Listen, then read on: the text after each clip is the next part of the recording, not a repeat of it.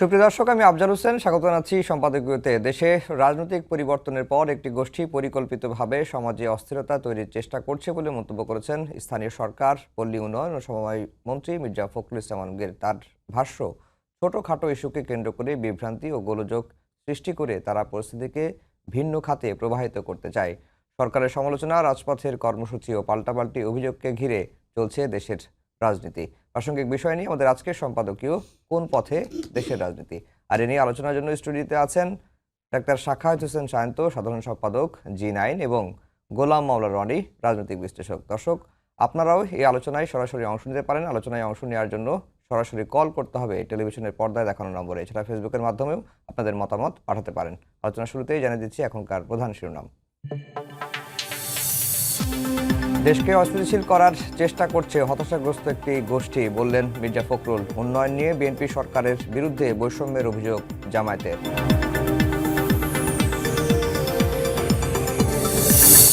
টিকাদান বিঘ্নিত হওয়ায় ভয়ঙ্কর রূপে হাম, চরিত্র বদলেছে কিনা জানতে চলছে গবেষণা। একদিনে ঝরল আরও 7 প্রাণ, আক্রান্ত শিশুদের নতুন আতঙ্কে চিকেন পক্স।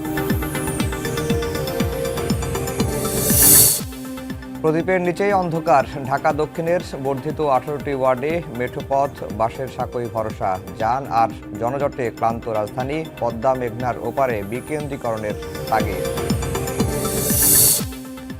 23 দিন বন্ধ থাকার পর সচল চট্টগ্রামের ইস্টার্ন রিফাইনারি, দৈনিক উৎপাদন 4000 লিটার। পুনরায় বন্ধ ঠেকাতে বিকল্প উৎসের ক্রুড অয়েল আমদানির পরামর্শ বিশ্লেষকের। এবং পশ্চিমবঙ্গের নতুন মুখ্যমন্ত্রী হচ্ছেন শুভেন্দু অধিকারী। বিজেপির শীর্ষ নেতাদের বৈঠকে সিদ্ধান্ত, কাল শপথ। তামিলনাড়ুতে সরকার গঠনে বাধা কাটল থালাপতি বিজয়ের।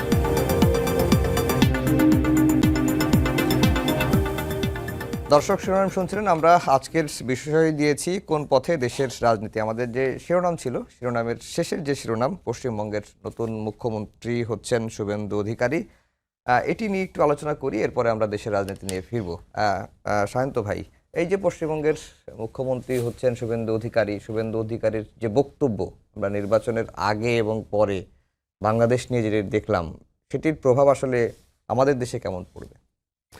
আপনাকে ধন্যবাদ। আমার সঙ্গে আলোচনায় রনি ভাই আছেন এবং যারা শুনছেন সবার জন্য শুভেচ্ছা রইল। পশ্চিমবঙ্গের মুখ্যমন্ত্রী হচ্ছেন শুভেন্দু অধিকারী। শুভেন্দু বাবুকে শুভেচ্ছা। তবে এই অধিকারী বাবু যাতে অন্যের অধিকার ক্ষুণ্ণ না করেন সেই প্রত্যাশাটাও রাখছি এবং রাখতে হবে আমাদের। বাংলাদেশ বিষয়ে শুভেন্দু বাবুর ধারণাটা সবসময় নেগেটিভ, এটা বিভিন্ন তার বক্তব্যে উঠে এসেছে এবং তিনি যখন তেরে যান এবং আমরা ভিডিওতে দেখি যে বাংলাদেশি ধর বলে তেরে দৌড়ে যান, তিনি বাংলাদেশ নিয়ে এবং ধর্মীয় বিষয় নিয়ে অনেক উস্কানিমূলক বক্তব্য দেন এবং ইন্টারিম গভর্নমেন্টের সময় শেখ হাসিনাকে নিয়ে তিনি যে বক্তব্যটা দিয়েছিলেন যে শাহজালাল আন্তর্জাতিক বিমানবন্দরে শেখ হাসিনা আসবে এবং বাংলাদেশের রিসিভ করে নিতে হবে, এই সমস্ত বক্তব্যগুলো তার সম্পর্কে যে ধারণা তুলে ধরে সেটা খুব ইতিবাচক ধারণা নয়। তবে আমি এটুকু প্রত্যাশা রাখতে চাই বা ধারণা রাখতে চাই যে রাজনীতিতে যখন মাঠের বক্তৃতা বা রাজনৈতিক কারণে বা ভোটের বাজারের যেই বক্তৃতা, যেই রাজনীতি, সেটা অনেক সময় অনাকাঙ্ক্ষিতভাবে এই সাবকন্টিনেন্টে বিশেষ করে নানানভাবে ডাইমেনশন পায়। সমর্থন আদায়ের জন্য ধর্মীয় কার্ড খেলে, ধর্মীয় সাম্প্রদায়িক উস্কানি দেয়, কেউ নানান গোষ্ঠীকে খেপানোর জন্য কিংবা কাউকে পক্ষে আনবার জন্য এরকম রাজনৈতিক বক্তব্য দেয়। এটা বাংলাদেশেও অনেক নেতাদের মুখে নানান সময় আমরা শুনি। যদি তিনি ওই রাজনৈতিক কারণে এ ধরনের বক্তব্য দিয়েছেন সেটাকে ওইখানে ফেলে আসেন এবং মুখ্যমন্ত্রীর চেয়ারে বসার পরে তিনি মন্ত্রীর মতো আচরণ বা এই রাজ্যের প্রধান মন্ত্রী তার মতো আচরণ তিনি ধারণ করেন এবং সেটা করেন, সেটা হলো প্রত্যাশিত। আমরা এখনও জানি না তিনি কি করবেন। তিনি যেটা দেখিয়েছেন এতদিন সেটাই প্রকৃত তিনি, নাকি মন্ত্রীর চেয়ারে বসার পরে সকলের মন্ত্রী হবেন এবং প্রতিবেশীদের সঙ্গে সুসম্পর্ক বজায় রাখবেন, ধর্মীয় সাম্প্রদায়িকতা বজায় রাখবেন, সেরকম পজিশনে যাবেন, সেটা এখনও আমরা জানি না। যদি এতদিন তাকে যেভাবে আমরা দেখেছি, যদি সেটাই প্রকৃত শুভেন্দু অধিকারী হন, তাহলে বাংলাদেশের সঙ্গে পশ্চিমবঙ্গের সম্পর্কের অবনতি অবধারিত, এবং ওইখানে যদি ধর্মীয় উস্কানি এবং নানান রকমের ধর্মীয় সংঘর্ষ হয়, তার ঢেউ কিন্তু বাংলাদেশে এখনই লাগে। যে ধরনের ভিডিওগুলো আমরা দেখছি সামাজিক যোগাযোগ মাধ্যমে, তাতে আতঙ্কের বিষয়। আতঙ্কের বিষয় তো বটেই, তবে আমি ঠিক জানি না এই ভিডিওগুলোর কতটা সত্য আর কতটা মিথ্যা। এই এআই এর যুগে অথেন্টিক কোনো সংবাদ মাধ্যমে প্রকাশ হওয়ার আগ পর্যন্ত বাংলাদেশের হোক বা ভারতের বা অন্য কোথার হোক কোনো ভিডিও ছবি কোনো কিছু আমি আমলে নেই না। সে কারণে যতক্ষণ পর্যন্ত এটা অথেন্টিক কোনো জাতীয় সংবাদ মাধ্যম বা বিশ্বাসযোগ্য সূত্র থেকে আমরা প্রমাণ না পাই, ততক্ষণ পর্যন্ত ধরে নিচ্ছি যে এরকম কিছু ঘটছে না, বা ঘটলে তার নিয়ন্ত্রণ করবে। তবে ওইখানে যদি তারা এইরকম সাম্প্রদায়িক অশান্তি বিশৃঙ্খলা তৈরি করে, তার ঢেউ বাংলাদেশে লাগবে। এবং তার যে অতীতের অবস্থান, যে বাংলাদেশে থেকে প্রচুর বাঙালি ওইখানে গেছে, তাদের বারবার ফেরত পাঠানোর হুমকি দিয়েছেন, সেখানেও যদি বাড়াবাড়ি করে তাতেও তাদের সঙ্গে সম্পর্কের অবনতি হবে। কিন্তু বাংলাদেশের সঙ্গে ইন্ডিয়ার, বিশেষ করে পশ্চিমবঙ্গের সুসম্পর্ক দুই দেশের স্বার্থেই রাখা জরুরি। এই স্বার্থ শুধু বাংলাদেশের না, এই স্বার্থ ভারতেরও। জি, রনি ভাই, বাংলাদেশে কি প্রভাব দেখছেন? পশ্চিমবঙ্গের যে নির্বাচন হয়ে গেল, বিজেপি ক্ষমতায় গেল, শুভেন্দু অধিকারী প্রশ্ন বসতে যাচ্ছেন। আপনাকে ধন্যবাদ, আর সহ আলোচক ডক্টর সায়ন্ত, ওনাকেও ধন্যবাদ, চমৎকার কথা বলেন। তো তার বক্তব্যের সঙ্গে আমি একমত। আমি শুধু কিছু যোগ করতে চাই যে মানুষ ক্ষমতায় যাওয়ার আগে যে কোনো রাজনীতিতে অনেক সময় জঙ্গি জঙ্গি কথাবার্তা বলে। তো তার যেমন মমতা ব্যানার্জি, তার রাজনীতির একটা পলিসি ছিল মুসলিম তোষণ, মুসলমানদের একটা ব্যাপক ভোট তিনি পেতেন। বলা হয়ে থাকে বাংলাদেশের জামাতের সাথেও তার একটা খুব ভালো রিলেশনশিপ ছিল মমতা ব্যানার্জির, এবং সেই কারণে সাবেক প্রধানমন্ত্রী শেখ হাসিনার সঙ্গে মমতার একটা মনস্তাত্ত্বিক দূরত্ব ছিল। ওই জায়গাটা শুভেন্দু দখল করে নিয়েছে। সে ওখানে একটা উগ্র হিন্দুত্ববাদ, এবং পশ্চিমবঙ্গের রাজনীতিতে উগ্র হিন্দুত্ববাদ কিন্তু এই প্রথম আসলো। সেই কলকাতা নগর প্রতিষ্ঠিত হওয়ার পর থেকেই এটা এরকম একটা শহর, এত উদার, এত যাকে বলে ব্রিটিশরা সারা ভারতবর্ষের মধ্যে, এটা কি বহু বছর যাবৎ তারা দিল্লিতে অনেক পরে গেছে, বঙ্গভঙ্গের পরে অনেক পরে গেছে, সম্ভবত 1911 সনে। কিন্তু এর আগ পর্যন্ত পুরোটা সময় তারা কলকাতাকে মানে তাদের রাজধানী হিসেবে রেখেছে। তো এর কারণে কি হলো, ওখানকার যে একটা সিভিল সোসাইটি গড়ে উঠেছে, শিল্প, সাহিত্য, সংস্কৃতি এবং সমস্ত ভারতবর্ষের যে আলোকবর্তিকা যাদেরকে বলা হয়, সব কিন্তু কলকাতা কেন্দ্রিক। যত বিখ্যাত পত্রিকা, যত বিখ্যাত family, all dominating. Even Indira Gandhi শান্তিনিকেতনে পড়তেন। ইভেন পণ্ডিত জওহরলাল নেহেরু এসে দেখা করতেন কবিগুরু রবীন্দ্রনাথ ঠাকুরের সঙ্গে ওখানে এসে। তারপরে শেষে অন্যান্য যে সকল সর্বভারতীয় বড় বড় রাজনীতিবিদ, তার মধ্যে কিন্তু একটা বিরাট অংশ আমাদের বাংলাদেশের লোকও ছিল। এবং বাংলাদেশ থেকে যারা গেছে, সেই জ্যোতি বসু থেকে শুরু করে অন্যান্য যারা আছেন, তারাই একসময় ওখানকার রাজনীতি নিয়ন্ত্রণ করেছেন। এই কথাগুলো ইতিহাস বলার অর্থ হলো যে শুভেন্দুবাবু যে জিনিসটা চাচ্ছেন, ওটা কলকাতার মাটিতে সম্ভব নয়। সিমিলারলি আমাদের ঢাকাতে দেখেন অনেক উগ্রবাদ অনেকে করার চেষ্টা করেছে বা করবে আগামীতে, কিন্তু এই ঢাকা কখনো উগ্রবাদ গ্রহণ করে নাই। এই ঢাকাতে আমাদের এই দেশে কখনো, এই ঢাকার শহরে মানে সেই পাকিস্তান জামাতে একবার অল্প কিছু সময়ের জন্য মানে একটু সাম্প্রদায়িক দাঙ্গা হয়েছিল, খুব লিমিটেড, ইত্তেফাকের ওই জায়গাটুকুতে। এর বাইরে এই শহর অত্যন্ত শান্তিপূর্ণ একটা শহর। তো কলকাতাতে শুভেন্দুবাবু ওই যেটাকে উগ্রবাদ, যেটা হিন্দু বিজেপি উগ্রবাদ, এটা চালাতে পারবেন। এবং তিনি যে রাজনৈতিক দলটা করেন বিজেপি, এটা তো আসলে শ্যামাপ্রসাদ মুখার্জির সেই আরএসএস দ্বারা। শ্যামাপ্রসাদ মুখার্জির বাবার নাম হলো স্যার আশুতোষ মুখার্জি। তো স্যার আশুতোষ মুখার্জির ছেলে শ্যামাপ্রসাদ মুখার্জি, তিনি এই আরএসএস কিন্তু কলকাতাতে করতে পারেননি। তাকে এই জিনিসটা করার জন্য উত্তর ভারতে, দক্ষিণ ভারতে যেতে হয়েছে, নরেন্দ্র মোদীর এই এলাকাতে। তো কাজেই আমার কাছে মনে হয় যে এটা মানে এখানে খুব ভীত সন্ত্রস্ত হওয়ার মতো তেমন কিছু নেই। This is number one.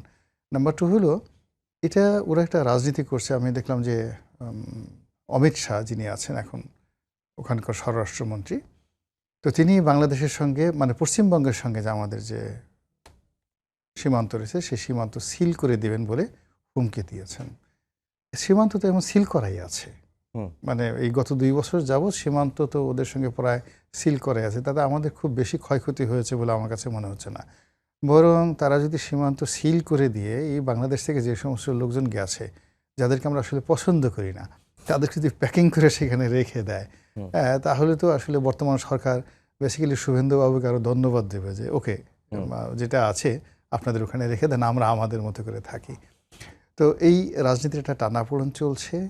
এই টানাপোড়েনটা নিয়ে সবাই হুমকি ধামকি দিচ্ছে, কিন্তু যে জিনিস আমরা ভয় পাচ্ছি আসামকে নিয়ে। কারণ আসামে প্রায় 30 লাখ লোকরে মানে ইতিপূর্বে নরেন্দ্র মোদী সরকার তারা এনলিস্টেড করেছে, বলছে ওরা বাংলাদেশের লোকজন। গুজরাটে এবং দিল্লিতে তারা বহু সংখ্যক মানুষকে অ্যাসার্টেন করেছে এরা বাংলাদেশের লোকজন, বেসিক্যালি তারা বাংলাদেশের লোক না। তো সব মিলিয়ে প্রায় 1.5 কোটি মানুষ, ভারতের দাবি অনুযায়ী 1.5 কোটি মানুষ বাঙালি, যারা এই বাংলা থেকে ভারতে চলে গেছে। তো এখন তাদেরকে তারা যখনই আমাদের এখানে কোনো দুর্বলতা দেখে সরকারের সঙ্গে, তাদের যখন কোনো বনিবনা হয় না বা সরকারকে ভয় দেখাতে চায়, এটা শেখ হাসিনার জমানাতে হয়েছে, তখনই তারা করে কি ওখান থেকে আমাদেরকে পুশ ইন করার চেষ্টা করে। এবং পুশ ইন করতে গিয়ে তারা সেই গুজরাট থেকে ধরে নিয়ে আনে 10-12টা। এই 3-4 দিন আগেও দেখলাম যে 2 জনকে তারা পুশ ইন করার চেষ্টা করেছে, আমাদের বিজেপি তাদেরকে আবার সেগুলো তাড়িয়ে দিয়েছে। তো এইগুলো যে ছলাকলা মূলত আসলে বাংলাদেশের সঙ্গে শেখ হাসিনা পতনের পরে যে একটা সম্পর্কের অবনতি হয়েছে, মারাত্মক অবনতি হয়েছে ইনুর জমানাতে, ওটাকে তারা একটা বার্গেনিংয়ের পর্যায়ে আনতে চাচ্ছে। একটা এমন বার্গেনিংয়ের পর্যায়ে যে শেখ হাসিনার সঙ্গে তাদের যে সম্পর্কটা ছিল ওটা যে পর্যায়ে ছিল অতটা না হলেও যেন কাছাকাছি পর্যায়ে একটা সম্পর্ক তারেক রহমান সাহেবের সঙ্গে হয়। তো এই বার্গেনিং করার জন্য তারা আসলে অনেকগুলো আবার মানে তারা তো তৈরি বলতেছে করেছে। যে সীমান্ত এলাকায় অনুপ্রবেশ ঠেকাতে সাপ ছাড়বে, কুমির ছাড়বে, এ ধরনের খবরও তো কিন্তু আসছে। এই যে এখন- প্রতিবেশীদের কাছে এটি কি ধরনের না, এটা তো মানে কতটা আচরণ? নির্ভর। সাপ কি বুঝতে পারবে? সাপ কি কোনোদিন ট্রেনিং করে যে এটা বাঙালি আর এটা মানে হিন্দুস্থানি, এটা হিন্দু, এটা মুসলমান, এটা পশ্চিমবঙ্গের কুমিরও বুঝতে পারবে? কোনোদিন এটা বুঝতে পারবে না। এই অথর্ব কথাগুলো বলে মূলত আমাদের একটা নুইসেন্স ক্রিয়েট করতে চাচ্ছে, আমাদের মেজাজ যেন গরম করতে চাচ্ছে। কিন্তু এর চেয়ে হাস্যকর কোনো কথা হতে পারে না। বরং যারাই সাপ ছাড়তে যাবে বা কুমির ছাড়তে যাবে, পানিতে তো সাপ থাকতে পারে না। কোনো বিষধর সাপ কিন্তু পানিতে থাকে না, আপনি এটা জানেন? কোনো বিষধর সাপ পানিতে থাকে না। আপনি একটা গোগরা সাপকে পানিতে ফেলে দিলে ও প্রাণান্ত চেষ্টা করে সেখান থেকে তীরে আসার জন্য। তো সাপ ছেড়ে কোথায় সাপ ছাড়বে বলেন? ওরা যদি বলতো যে সুন্দরবনে বাঘ ছেড়ে দেয়, তাহলে আমাদের জন্য আরও লাভ হতো। হ্যাঁ, যে ওটা বিকজ ওরা ওই বিভিন্ন রকম ফাজলামো করে আমাদের অঞ্চলে, বা ওখান তো সীমান্ত নাই সুন্দরবনে, আমাদের প্রায় 60-70টি বাঘ তারা নিয়ে গেছে ওই হানি ট্র্যাপ ফেলে। ওখানকার বাঘের মধ্যে প্রেম তৈরি করেছে। প্রেম করে আমাদের এখানকার ওদের মেয়ে বাঘ, আমাদের এই যে পুরুষ বাঘগুলোকে প্রায় 50টা বাঘ আমাদের এখান থেকে নিয়ে গেছে। তো এরকম ফাজলামো, মানে তারা না পারে এমন কোনো কাজ নাই। তো সেই ক্ষেত্রে মানে তারা এই যে আমাদের সাপ ছাড়বে, ব্যাং ছাড়বে, এই সমস্ত জিনিসগুলো ছাড়বে, ইটস এ বোগা স্টক। এগুলো দেখে লাভ হবে না আলটিমেটলি। শান্ত ভাই, এই বিষয়ে কি আর কিছু যোগ করবেন? না হলে আমি না, বাংলাদেশের ঠিক আছে, এটা চলমান চলবে। আচ্ছা আমরা অবজার্ভ করি। আচ্ছা, আজকে বিএনপির মহাসচিব এবং মন্ত্রী তিনি বলেছেন যে আমাদের দেশে একটা হতাশাবাদী গোষ্ঠী আছে, তারা সারাক্ষণ হতাশ হয়ে যায়, তারা বিভিন্নভাবে সমাজকে অস্থির করে রাখতে চায়, তারা ছোটোখাটো ইস্যু নিয়ে গোলযোগ সৃষ্টি করতে চাইছে, এদের থেকে সাবধান থাকতে হবে। তিনি কোন গোষ্ঠীর কাছ থেকে সাবধান থাকতে বলেছেন? যারা হতাশাবাদী এবং যারা তারাই। গোলযোগ সৃষ্টি করতে চায়। দেখেন, সরকারের বয়স হয়েছে মাত্র 2.5 মাস। এই 2.5 মাসে তাদের অনেকগুলো ভালো উদ্যোগ আছে এই সরকারের। একটা দুঃসময়ে এই সরকার রাষ্ট্র পরিচালনার দায়িত্ব পেয়েছে দীর্ঘ 16 বছরের ফ্যাসিবাদ, লুটপাট, অব্যবস্থাপনা, ভঙ্গুর অর্থনীতি, মানুষের মধ্যে নানান রকমের উদ্বেগ উৎকণ্ঠা, তারপরে একটা জুলাই গণঅভ্যুত্থান, গণহত্যা ঘটিয়ে একটা শক্তি পালিয়ে গেছে। সেই জুলাই গণঅভ্যুত্থানের পরে দেশের মানুষের মধ্যে, বিশেষ করে তরুণ ছাত্র জনতা, তাদের মধ্যে এমন একটা উচ্চাকাঙ্ক্ষা তৈরি হয়েছে যে ফ্যাসিবাদ বিদায় হয়েছে, এখন তাদের সব সমস্যার সমাধান হয়ে যাবে, তারা সব কিছু রাতারাতি বদলে ফেলবে। সেটাও তো সম্ভব না। ফলে একদিকে সম্পদের ঘাটতি, অব্যবস্থাপনা, রাষ্ট্রীয় প্রতিষ্ঠানগুলো ভঙ্গুর, আর একদিকে হচ্ছে গণঅভ্যুত্থানের পক্ষের শক্তির মধ্যে একটা উচ্চাসা যে সব সমাধান হয়ে যাবে। তারপর নির্বাচনের মাধ্যমে রাষ্ট্র পরিচালনার দায়িত্বে আসলো, একদম রোজার মুখে দায়িত্বটা হাতে পড়লো। এর মধ্যে শুরু হয়ে গেল ইরানে সিরিয়া, ইসরায়েল এবং আমেরিকার আক্রমণ যুদ্ধ। ফলে তেলের দাম বেড়ে গেল, তেলের ক্রাইসিস। আর তেলের দাম বাড়লে সমস্ত কিছুর উপর তার প্রভাব পড়ে। উৎপাদন খরচ, পরিবহন খরচ, সেটা কৃষিতে হোক, সেটা ইন্ডাস্ট্রিতে হোক, তার বিপণন খরচ, প্রিজার্ভেশন খরচ সব বেড়ে যায়। আলটিমেটলি গিয়ে ভোক্তার উপর চাপ পড়ে, তার বেশি দামে কিনতে হয়।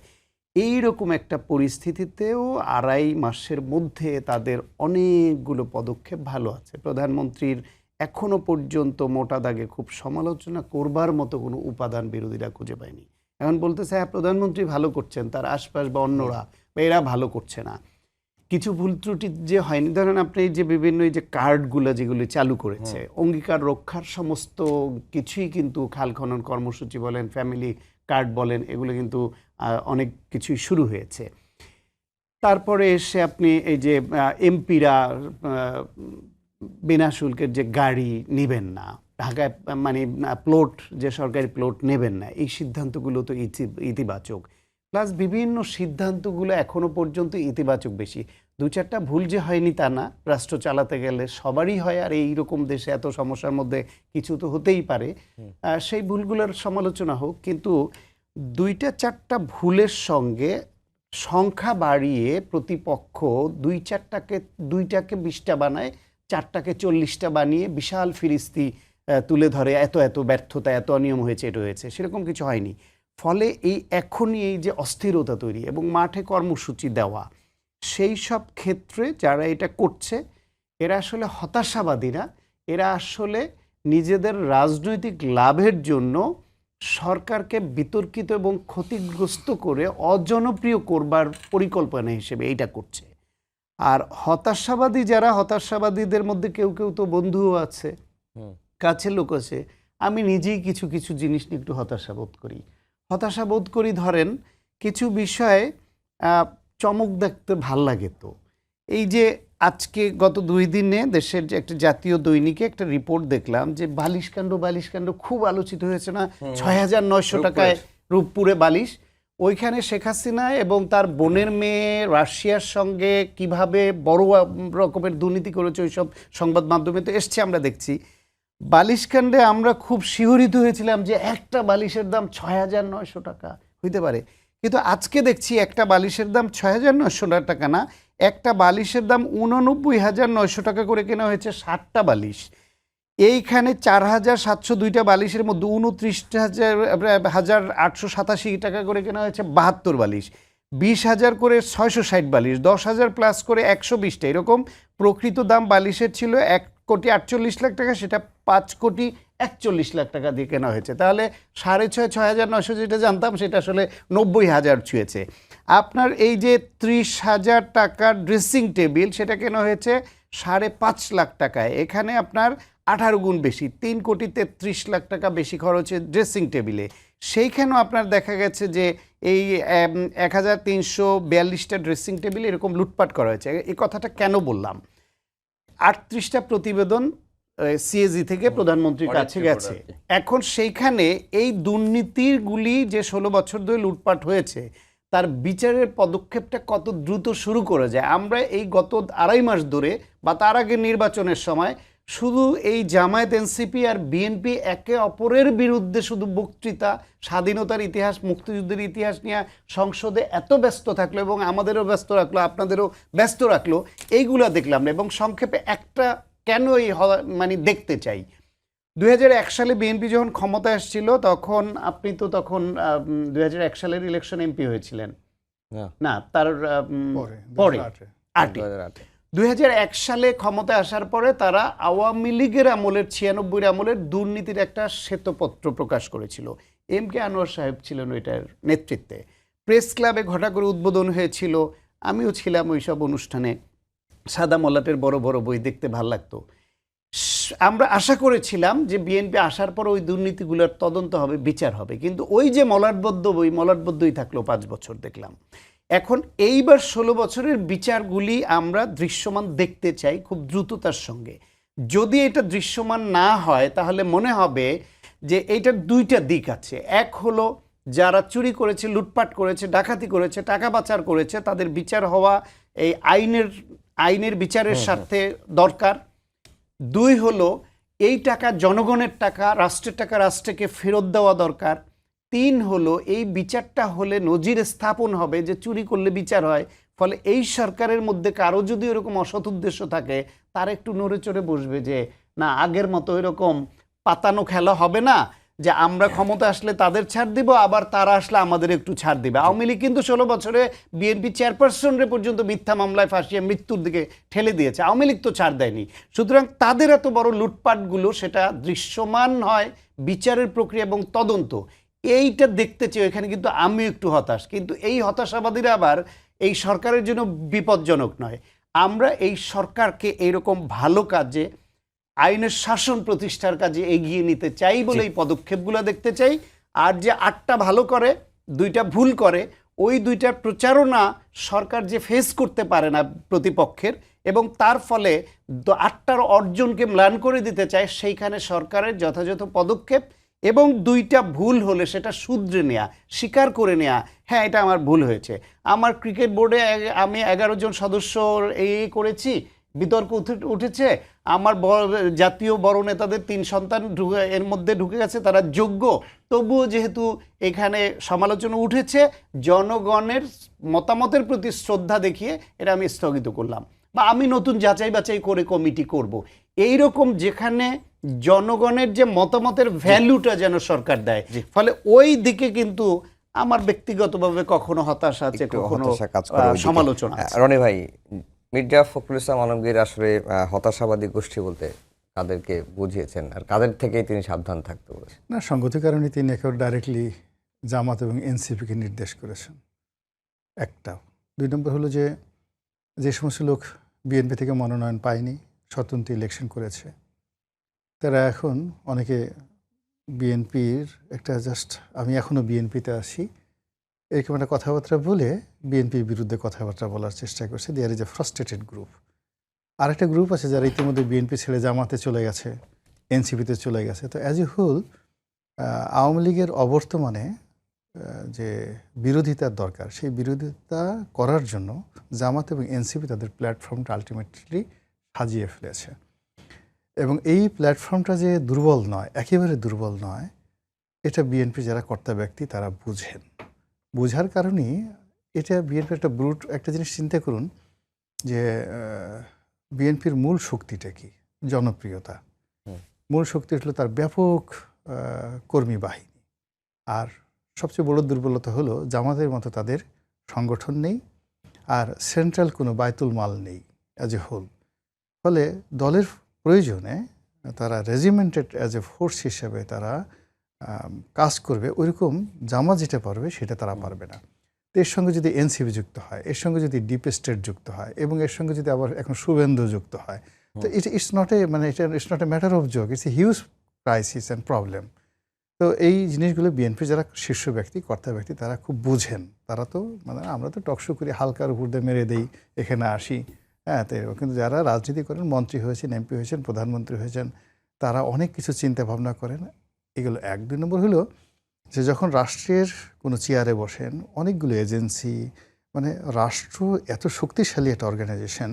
আমরা অনেক সময় প্রাইভেট প্রতিষ্ঠান আমরা বলি, কিন্তু প্রাইভেট প্রতিষ্ঠানের চাইতেও যে কোনো সরকারি অফিসে যে ফাইলিং, তাদের যে ডাটাবেজ এত চমৎকার, আপনি কল্পনাই করতে পারবেন না। আপনি যে কোনো একটা উপজেলাতে গিয়ে, যে কোনো একটা ভূমি অফিসে গিয়ে 100 বছর আগের একটা ডকুমেন্ট চান, জাস্ট 24 ঘন্টার মধ্যে আপনাকে সেটা দিয়ে দিতে পারবে। তো এইরকম জায়গা দেয়। তো সেই সুযোগ সুবিধা নিয়ে যারা ক্ষমতায় থাকেন তাদের কাছে একটা একেবারে টাটকা খবর থাকে। আজকে জামাতের সভাপতি কার সঙ্গে দেখা করেছেন, আজকে জামাতের অমুক এমপি ভারতের কোন জায়গাতে কথা বলেছেন, দিল্লিতে তাদের কার কার সাথে যোগাযোগ হয়, কোন কোন নেতার। এই জিনিসগুলো সরকারের যারা কর্তা ব্যক্তি তারা আপডেট জানেন, যেটা আপনি আমি জানতে পারি না। ফলে মির্জা ফখরুল সাহেব তিনি প্রবীণ রাজনীতিবিদ, দলের এখন সাধারণ সম্পাদক, অ্যাট দ্য সেম টাইম সবচেয়ে বড় মিনিস্ট্রি তার দখলে। ফলে তিনি যে কথাগুলো বলছেন, সেই কথাগুলো আমি মনে করি যে রাজনৈতিকভাবে তিনি ভেবে চিন্তে বলেছেন, এবং তিনি ফালতু কথা বলার মানুষ না। তিনি ভেবেচিন্তে বলেছেন এটা সরকার তার যে প্রতিপক্ষ সেই প্রতিপক্ষ আমি মনে করি যে পৃথিবীতে যদি ভয়ঙ্কর কোনো প্রতিপক্ষ থাকে ডিস্ট্রাকটিভ সেটা হলো দুর্বল প্রতিপক্ষ। মানে যে কোনো দুর্বল প্রতিপক্ষ এটা সবসময় আপনার মৃত্যু ডেকে নিয়ে আসে, আপনার পতন ডেকে নিয়ে আসে। এই কারণে হলো আপনি প্রতিপক্ষ দুর্বলের জন্য আপনি নাকে তেল দিয়া তারপর ঘুমাতে থাকেন, আর ওই সুযোগে সে এসে একেবারে নিরাপদে আপনার মাথায় একটা বাড়ি দিয়ে দেয়। এখন বর্তমানে যারা বিরোধী দল আছে তাদের মধ্যে যারা ইয়াং, বিএনপি যারা সিনিয়র নেতৃবৃন্দ, তারা মনে করছে এরা পোলাপান বাচ্চা ছেলে, এই 30 বছরের নিচে বয়স, ওরা আর কি করতে পারে, ওরা কি করতে পারে, ওরা শেখ হাসিনাকে বাংলাদেশ থেকে তাড়িয়ে দিয়েছে, দ্যাট ক্যান দে ডু, তারা যখন কথাবার্তা বলে। এরপরে জামাত এ তো সারাদিন আল্লাহ বিল্লাহ করে, তসবি করে, তাহালিল করে, এরা কি আর করতে পারে, এরা যে কি করতে পারে এটা একমাত্র আল্লাহ ছাড়া, জামাত ছাড়া কেউ জানে না। এটা তাদের একটা মারিফতি কানেকশন। হ্যাঁ, তো এই একমাত্র আল্লাহ ছাড়া, জামাত ছাড়া কোনো কিছু জানে না, তারা সব কিছু করতে পারে। তো সেই দিক থেকে ক্ষমতায় বসে আমার কাছে যারা মনে হচ্ছে তারা সবাই খুব স্বস্তিতে না। আমি তারেক রহমান সাহেবকে দেখি বা মির্জা ফখরুলকে দেখি, ইভেন সালাউদ্দিন সাহেবকে দেখি। সালাউদ্দিন সাহেব তো আগে একটু হাসাহাসি করতেন, কিন্তু স্বরাষ্ট্রমন্ত্রী হওয়ার পর ওনার চেহারা খারাপ হয়ে গেছে, মুখে দাগ পড়ে গেছে, কেমন যেন একটু উদাসীন উদাসীন ভাব।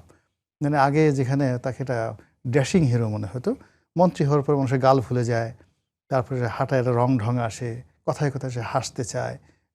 তো সালাউদ্দিন সাহেব এই সরকারে যারা মন্ত্রী হয়েছেন বেশিরভাগ মন্ত্রী কেমন যেন এলোমেলো হয়ে গেছেন।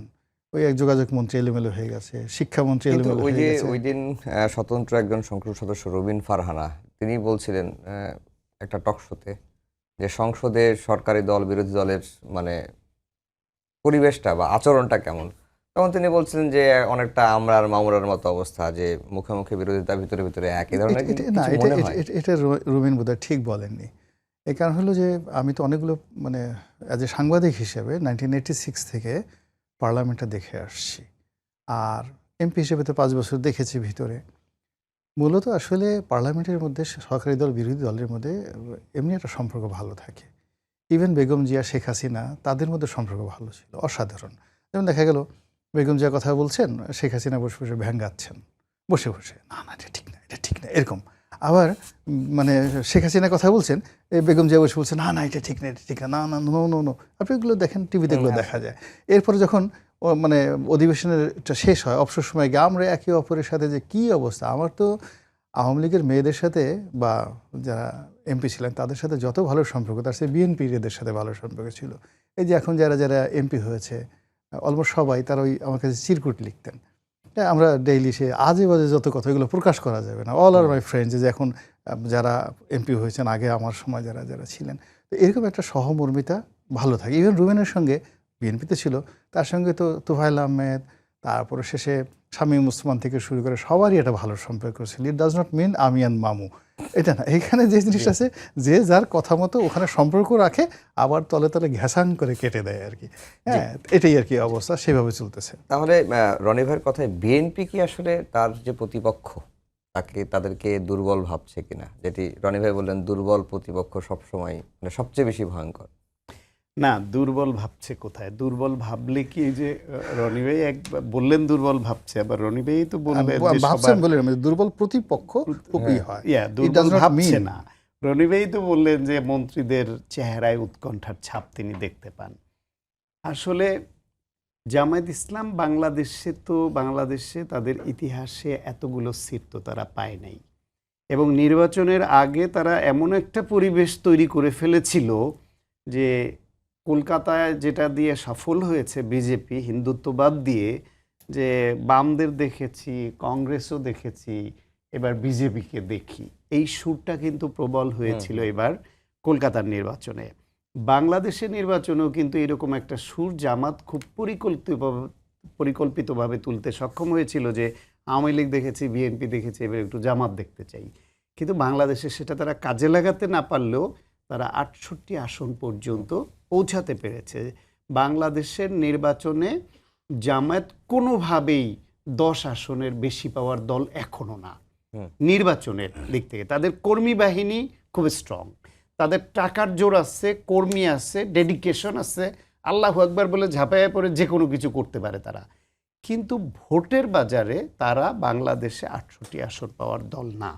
ক্ষতি করতে চাইলে, নাশকতা করতে চাইলে তাদের ওই সক্ষমতা কিন্তু আবার কম না, ওইটা অনেক আছে।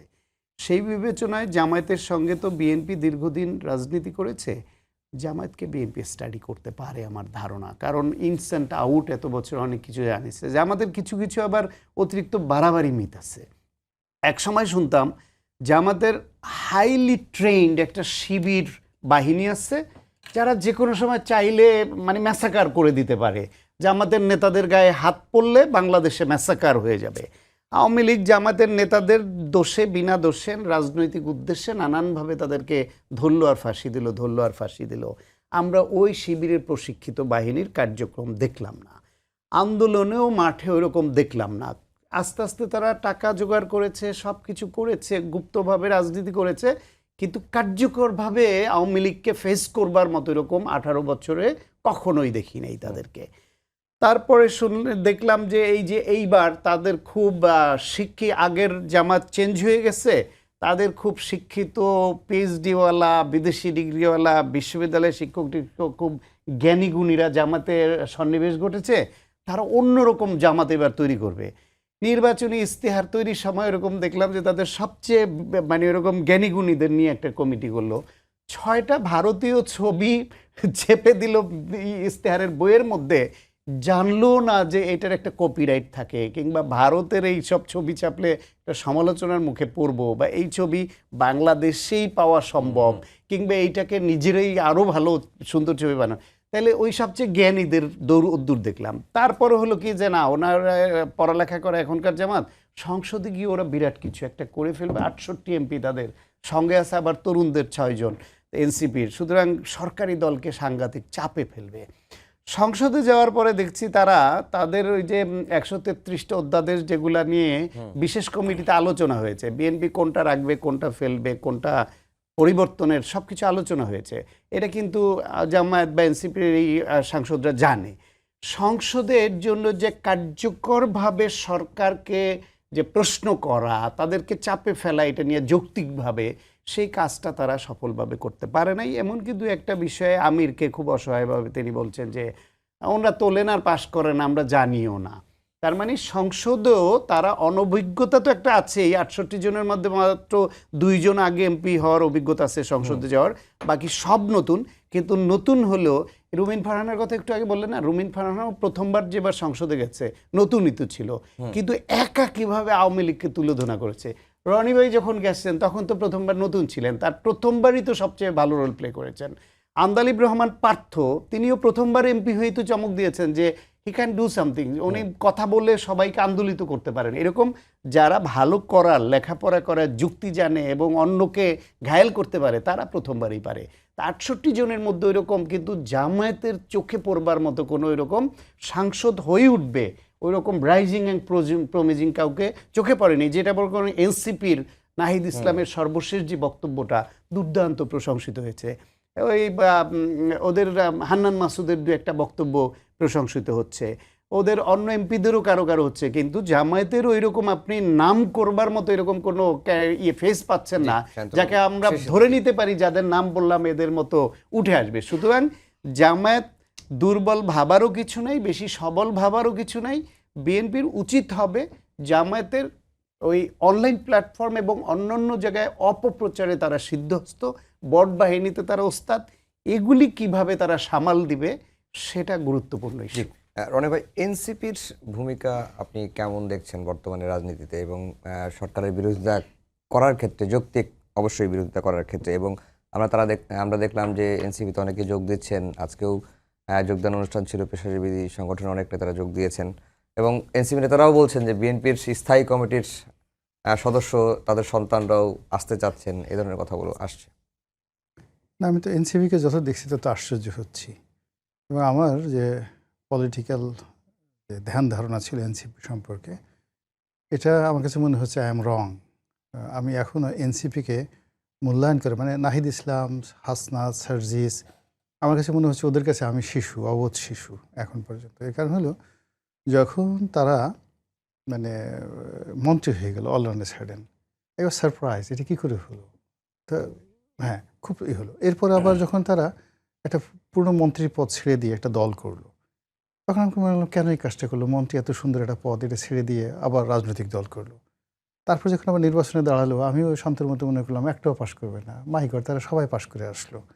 আবার পাশ করার পর মনে হলো যে তারা জামাতে বিলীন হয়ে গেছে, জামাতের বাইরে তাদের কোনো হবে না। এখন তাদের নড়াচড়া দেখে মনে হচ্ছে যে তারা অতীতের যে কোনো সময়ের চাইতে এখন তারা শক্তিশালী। এখন সব রাষ্ট্রদূতরা আবার তাদের সাথে গিয়ে দেখা সাক্ষাৎ করছে, বিভিন্ন লোক জামাতে যোগদান না করে এনসিপিতে যোগদান করছে। আমার কাছে মনে হয় এদের সঙ্গে জিন আছে, বড় 10-12টা জিন আছে। সামহাও এই জিনের ক্ষমতা ছাড়া তারা বারবার শুধু সারপ্রাইজ করে দিচ্ছে। আমি এত চেষ্টা করে জিন ছাড়া এই যে মার্কিন রাষ্ট্রদূত গিয়ে তার অফিসে গিয়ে দেখা করলো, বড় একটা কূটনীতিবিদ তাদের সাথে দেখা করলো। এরপরে যখন নাহিদ ইসলাম সামনে যায়, ও তাকে দেখে মনে হয় কিছুই বুঝে না, কিন্তু যখন কথা বলে ও মাই গড, সুন্দর সুন্দর কথা বের হয় তার সামনে। ইভেন তারেক রহমান সাহেব, এ তো ধরেন প্রধানমন্ত্রী তারেক রহমান বাদ দেন, শহীদ প্রেসিডেন্ট জিয়াউর রহমান সাহেবের ছেলে, তারপর শেষে মানে যে যাকে বলা হয় যে বেগম জিয়ার ছেলে, তো তিনি নাহিদ ইসলামের বাসায় দেখা করতে গেলেন। এ তো চারটিখানি কথা না। আমরা বিএনপি, আমি আওয়ামী লীগ করতে করতে জান দিলাম, এরপরে বিএনপি করতে করতে চামড়াগুলো ক্ষয় ফিরে ফেলাম, আমার ব্যবসা বাণিজ্য সব শেষ হয়ে গেলো। আমার বাসায় যদি নেতা একবার আসতো তো আমি তো 1 বছর খালি কান্নাকাটি করতাম খুশিতে। তো সেই তুলনায় হুইজ হাইয়াম, মানে আমার পক্ষে আসলে নাহিদ ইসলামের কারামতি বোঝা সম্ভব না। এর সাথে অ্যাটলিস্ট 1 ডজন জিন আছে এবং বড় বড় পাওয়ারফুল জিন আছে। ওই জিন দিয়ে, ও চালান দিয়ে একবার জামাতের আমিরকে পাগল বানিয়ে ফেলে, আর একবার তারেক রহমান সাহেবকে পাগল বানিয়ে ফেলে, আবার সালাউদ্দিন সাহেবকে পাগল বানিয়ে ফেলে। এখন এই এমন করে রাষ্ট্রদূতকে পাগল বানিয়ে ফেলে। এই যে কি করতেছে, মিনিমাম আমার কাছে মনে হচ্ছে রাজনীতিতে এনসিপি এখন যা করছে, 1 ডজন বড় বড় জিন আছে। এই 1 ডজন জিনের ঢালে যেই জায়গাতে, এরকম একটা জায়গাতে অফিস আগামী যে স্থানীয় সরকার নির্বাচন আছে সেখানেও ভালো করবে বলে মনে হচ্ছে নাকি? আরে ঢাকার মেয়র যদি তারা হয়ে যায়, অস্বাভাবিক কিছু না। এই যে যে ছেলেটাকে নিয়ে গেছে, মানে মনে করেন যে আওয়ামী লীগ থেকে বিএনপি থেকে যাকে নিয়ে যাওয়া হয়েছে, হ্যাঁ ইসহাক সর্দার, এই পুরনো ঢাকার মানে ওই এলাকাতে যেহেতু বিএনপি যদি এরশাদকে না দেয়, তাহলে পুরনো ঢাকা কেন্দ্রিক মানে যে ভোটারগুলো অ্যাট্রাকটিভ করার মতো ওইরকম ফিগার তো আমি বিএনপি কাউকে দেখি না। তো সেক্ষেত্রে ইসহাক যদি দাঁড়িয়ে যায় তাদের পক্ষে, বা ইসহাক যদি মনে করো আমি দাঁড়ালাম না, ওখানে আসিফ মোহাম্মদ সজীব ভুঁইয়ার সাথে সে নেমে গেল, ফলাফল কিন্তু ব্যতিক্রম হতে পারে। এবং তখন এখন আমরা যেমন এখন বলছি 12টা জিন, তখন আমি বলবো 24টা জিন আছে, আদারওয়াইজ এটা হচ্ছে না। মানে Bangladesh is a such kind of surprising country. এখানে যে কি হয়, দেখায় কলা ঢুকায় মূলা। এই যে আমাদের দেশের যে একটা অবস্থা, এই দেশে যেভাবে মানুষ পান্তা ভাত মূলা দিয়া, পেঁয়াজ দিয়া, কাঁচামরিচ দিয়ে খায়, যেভাবে পান্তা ভাত বিসি কলা দিয়ে খায়, মাখায় মাখায় খায় একসাথে বসে বসে, এরকম অদ্ভুত খাদ্যাভ্যাস এই পৃথিবীতে কোথাও দেখতে পাবে না। রনি ভাই, আপনাকে অসংখ্য ধন্যবাদ। সায়ন্ত ভাই, আপনাকেও ধন্যবাদ জানিয়ে শেষ করছি আমাদের আজকের সম্পাদকীয়। আগামীকাল আবারও দেখা হবে একই সময়ে। শুভরাত্রি।